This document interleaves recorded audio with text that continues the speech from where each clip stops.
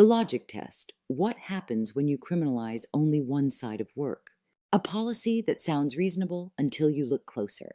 The structure, not the industry. Set aside any one specific job and look at the structure itself. An adult is allowed to perform a type of labor, but no one is allowed to hire them.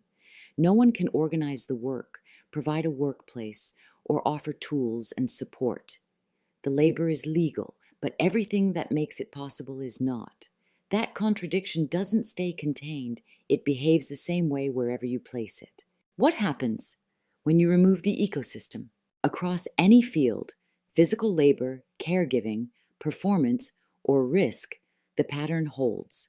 The work doesn't disappear, and demand doesn't disappear.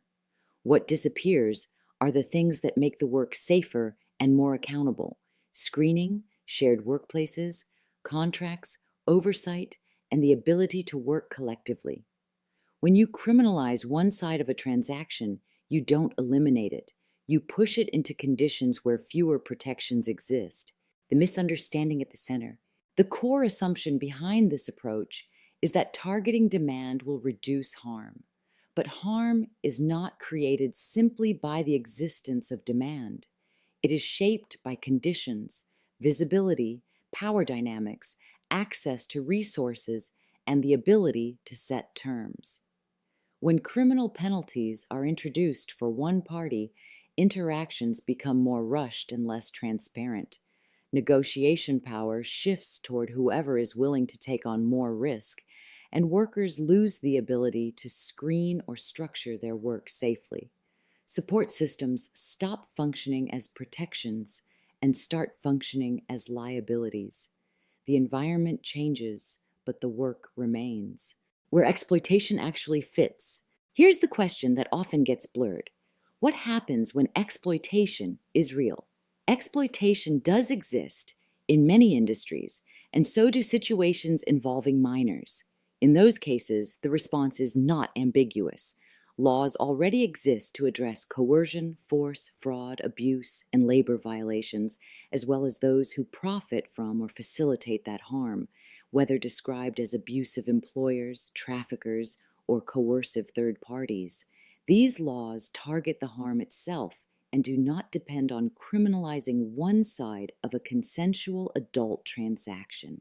If a minor is involved, it is illegal, full stop. If someone is being exploited, coerced, or controlled, it is illegal regardless of the industry. The confusion arises when all third-party involvement is treated as inherently suspect under the assumption that it prevents exploitation. In reality, this collapses very different situations into the same category. Not all coordination, collaboration, or shared work structures are coercive. When everything is treated as illegal, it becomes harder, not easier, to distinguish between coercion and cooperation, exploitation and mutual support, abuse and ordinary working relationships. When everything looks the same, real exploitation becomes harder to isolate, prove, and address. What changes under this model? When a system criminalizes one party in all cases, regardless of whether harm is present, it begins to erase important distinctions. Consensual activity and coercion blur together. Adults and minors become part of the same enforcement logic. Safe conditions and exploitative ones are treated as indistinguishable. Everything collapses into a single approach, and as a result, identifying actual harm becomes more difficult, not less. Visibility versus vulnerability. In visible or regulated environments, there are points of contact, co-workers, organizers, clients, locations, and documentation that create opportunities to detect and respond to harm. When those structures are removed, harm does not disappear. The ability to see and intervene does.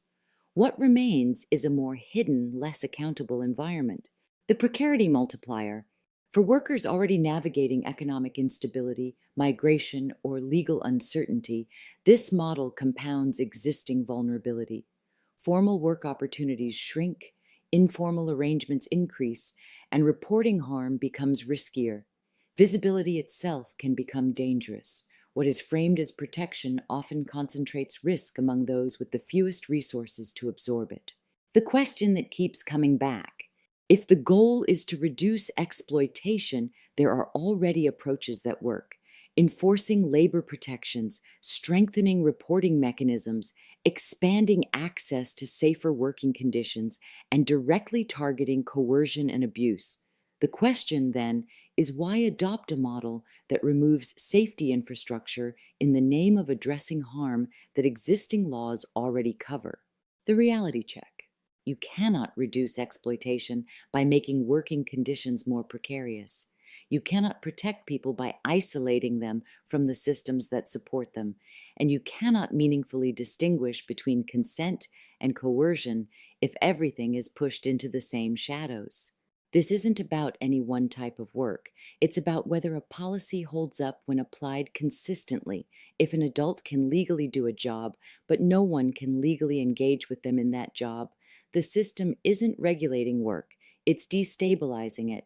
And when that happens, the outcome is predictable: not less work, not less harm, but fewer protections, and a much harder time seeing where harm actually is.